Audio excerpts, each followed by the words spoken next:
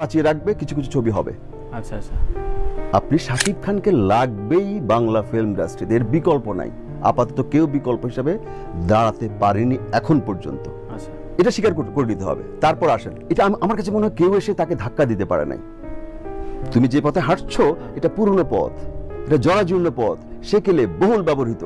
দেখো পথ কিন্তু এটা সাকিবের পথে হাঁটতে গেছে। Generation is very stylish, they love styles, কিন্তু সালমান ভাইয়ের মধ্যে যে একটা জিনিস আমরা দেখতে পেয়েছি, তার স্টাইলস বলিউডে এখনো কিন্তু অনুকরণ করা হয়, যেটা আসলে এই মাঝখানে আমি কোনো হিরোকে ক্রিয়েট করতে দেখি না। আমি কিন্তু মহানায়ক বলি আমাদের প্রজন্মের, খেয়াল করে দেখেছো, এবং কোন একটা অনুষ্ঠানে বলছেন সালমানের চাইতেও আমি এগিয়ে রেখেছি। কারণটাও আমি বলি উদাহরণ গবেষক, প্রভাষক এবং চিন্তাবিদ, ইন্ডাস্ট্রি নিয়ে ভাবতো ছেলেটা, এই জন্য বলতো, এবং সে কিভাবে ইন্ডাস্ট্রি রান করবে সেটা নিয়ে ভাবতো। কাজে ওর সাথে আর কারো তুলনা করো না, ওর সিনিয়রদের বাদ, আমাদের প্রজন্মের মান্নাকে আমি ধরি সামনে, ওর সাথে কারো তুলনা করো না।